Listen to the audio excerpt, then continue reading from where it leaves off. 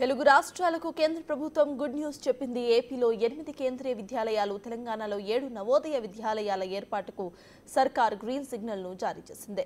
దేశవ్యాప్తంగా కొత్తగా 85 కేంద్రీయ విద్యాలయాలు, 28 నవోదయ విద్యాలయాలను ప్రారంభించాలని నిర్ణయించారు.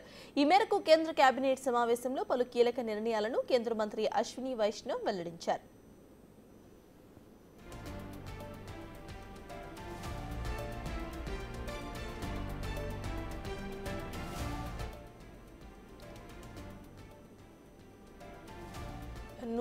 నూతన కేంద్రీయ విద్యాలయాలతో దేశవ్యాప్తంగా దాదాపు 82,000 మందికి పైగా విద్యార్థులకు ఉన్నత ప్రమాణాలతో కూడిన విద్య అందబోతుందని మంత్రి తెలిపారు.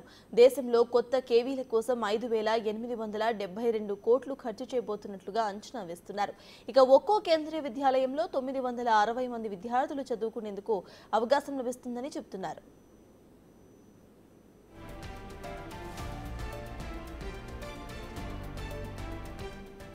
ఏపీలోని అనకాపల్లి, చిత్తూరులోని వలసపల్లె, సత్యసాయి జిల్లాలోని పాలసముద్రం, ఉమ్మడి గుంటూరు జిల్లాలోని తాళ్లపల్లె, రొంపిచర్లలో కేంద్రీయ విద్యాలయాలు ఏర్పాటు చేయబోతున్నారు. అలానే ఉమ్మడి కృష్ణా జిల్లాలోని నందిగామ, నూజివీడు, నంద్యాల జిల్లాలోని డోన్లో కేంద్రీయ విద్యాలయాలు ఏర్పాటుకు కేంద్రం ఆమోదం తెలిపింది.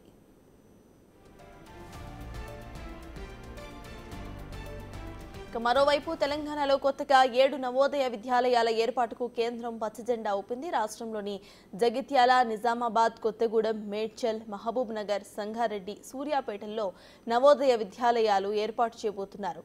ఇక ఒక్కో నవోదయ విద్యాలయంలో 560 మంది విద్యార్థులకు అవకాశం దక్కబోతున్నట్టుగా చెబుతున్నారు.